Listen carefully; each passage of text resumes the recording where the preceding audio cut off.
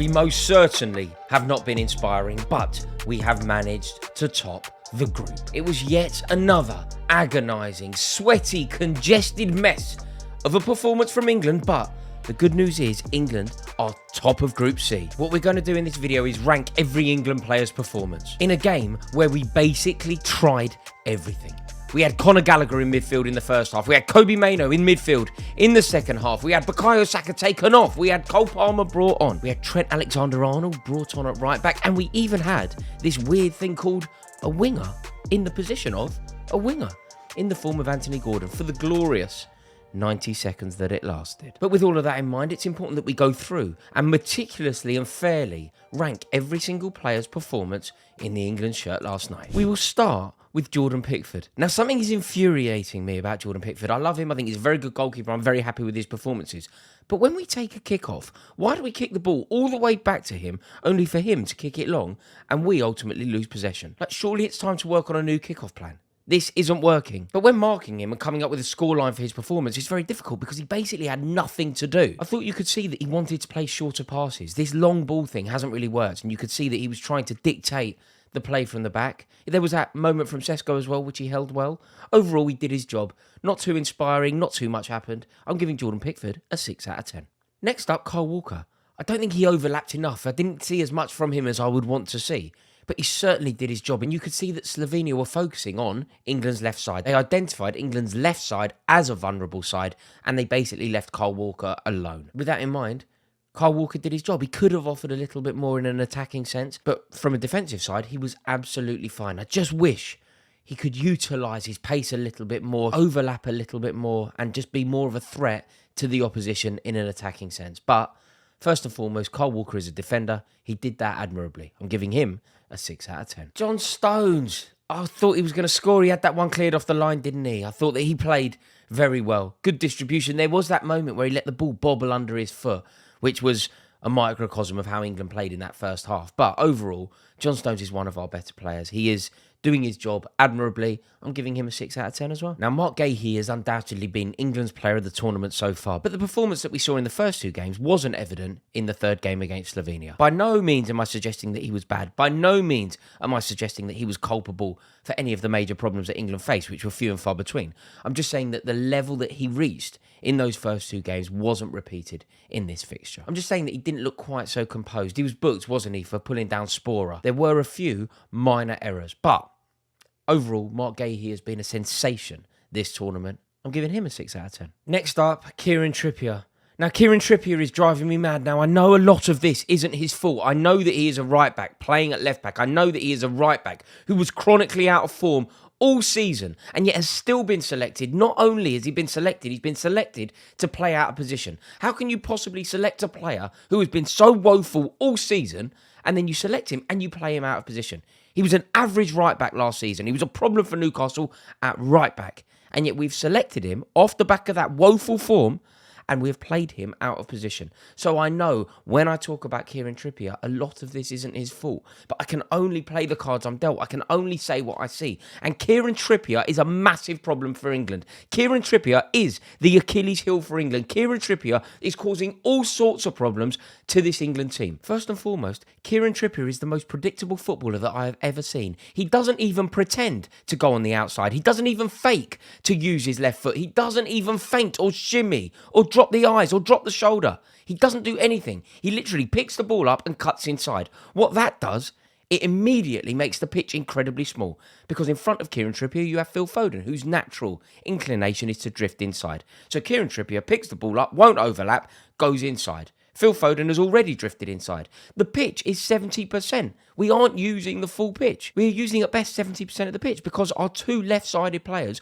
won't use the left-hand side. And Kieran Trippier is massively at fault for this because he will not overlap. Because if he does overlap, he may be forced to use his left foot. And it is causing all sorts of problems because not only does it cause problems down our left, it causes huge problems and roadblocks down our right. Bukayo Saka cannot be at his effervescent best when Kieran Trippier is on the pitch. And that is because the opposition know that there is going to be no threat down the left-hand side, so they can double up on Bukayo Saka's wing. They know that Kyle Walker and Bukayo Saka are going to cause them a problem. So that's the wing to defend. If only Trippier would offer the option of the overlap occasionally. If only he would feint to potentially go on the outside. It would mean that the defence of the opposition couldn't prioritise Saka to that degree. They would have to have one eye on what's going on the other wing, and it would open the pitch up incredibly. Instead of that, Kieran Trippier is the Achilles heel, both in an attacking sense and in a defensive sense. You could see that Slovenia were attacking him. You could see that Slovenia were targeting him. You could see that Slovenia had almost given up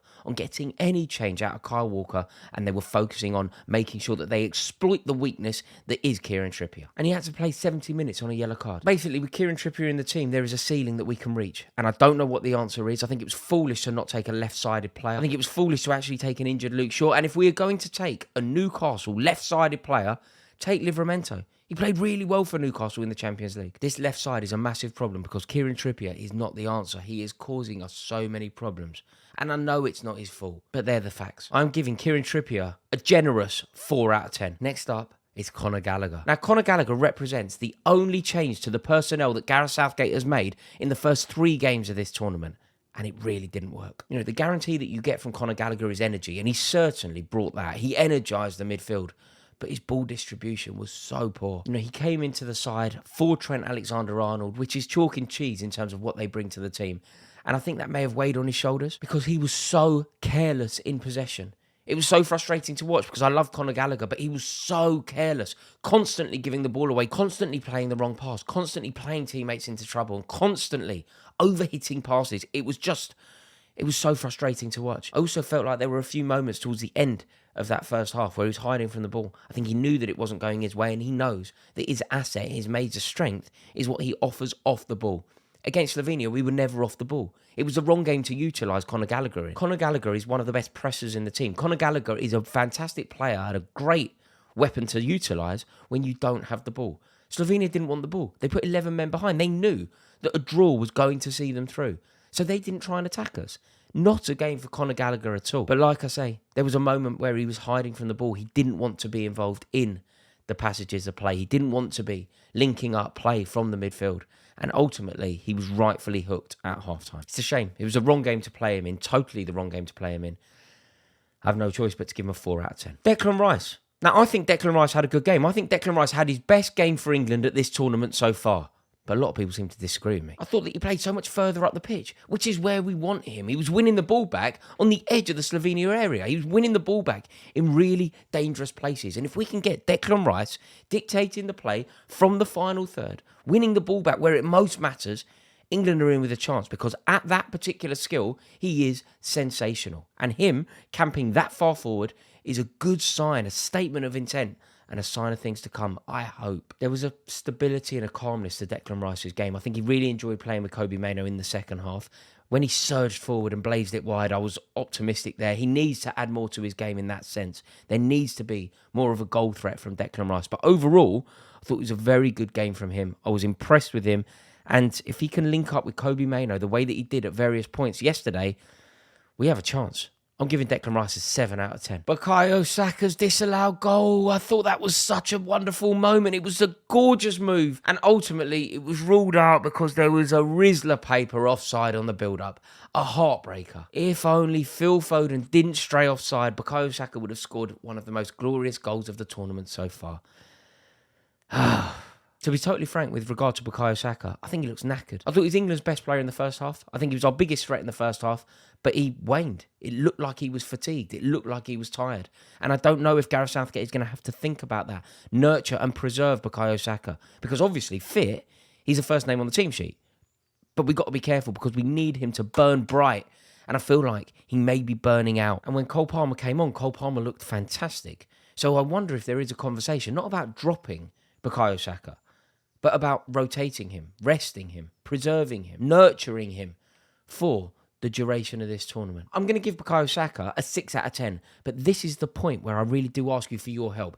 Can you let me know in the comments below, do you think Bukayo Saka should be dropped, rested, rotated, whatever you want to call it, for the game in the last 16? Do you think it would be wise to maybe bring in Cole Palmer and allow Bukayo Saka a few days to recuperate? Let me know in the comments below. Really interested to hear what you have to say here. Jude Bellingham is becoming a problem. I just don't know what's going on. Clearly one of the most talented players in this England squad, but we are not seeing enough from him. There was that moment in the first half where he failed to intercept a pass and he's throwing his arms all over the place. It's not really what we want to see. It's not conducive to a good team atmosphere and to a good performance individually. He's looking at his teammates, he's looking at the bench, he's looking around him, he's looking at the fans. He looked frustrated, and it was that sort of night for him. I don't know what we're going to do with Jude Bellingham because it feels to me like he is undroppable. But I also think the balance of the team isn't working. Phil Foden had a better game than Jude Bellingham. Phil Foden could potentially play the 10 if we were to drop or rest Jude Bellingham, bring in Anthony Gordon. But leaving Jude Bellingham out just feels wild, doesn't it? It feels ridiculous almost. To even say those words feels peculiar. Our match winner in the first game, our jewel in the crown, our European Cup winner. I don't know what we're going to do, but we have to get Jude Bellingham playing better. We have to get him finding his feet. I don't know what the solution is. He simply wasn't good enough. I'm giving Jude Bellingham a 5 out of 10. It actually feels to me now like it might be Foden or Bellingham because the chemistry just isn't right with them both on the pitch. I know a lot of people are saying that Jude Bellingham can be deployed deeper, play him as an 8, allow Foden in his natural berth at 10. But I don't know how that will go down with Jude Bellingham. I don't know if Jude Bellingham is the perfect player to play deep with Declan Rice. I'm just not sure about that. It's tricky because in Jude Bellingham, we have one of the most exciting, unpredictable, dazzling footballers in the world. And yet we just aren't seeing that from him. You know, Anthony Gordon comes on, he creates a chance immediately. Cole Palmer comes on, he immediately elevates the entire performance. That should be Jude Bellingham. Jude Bellingham should be the epicenter of everything good that England are doing. And he's just not. I don't know what to say about him. It's just not good enough. It's a 5 out of 10 for Bellingham. Now, I thought Phil Foden had a good game. I'm heartbroken that he was offside in the build-up to that goal. If he'd arced his run, he wouldn't have been offside. He didn't need to be offside. He had the same view as the linesman, and he's ultimately deprived England and Bukayo Saka of an amazing goal. But Phil Foden played very well. That strike from the free kick, he's so up for it. He's hungry, he's mercurial, he's doing everything that we want him to do, and it's just not clicking for him at the moment.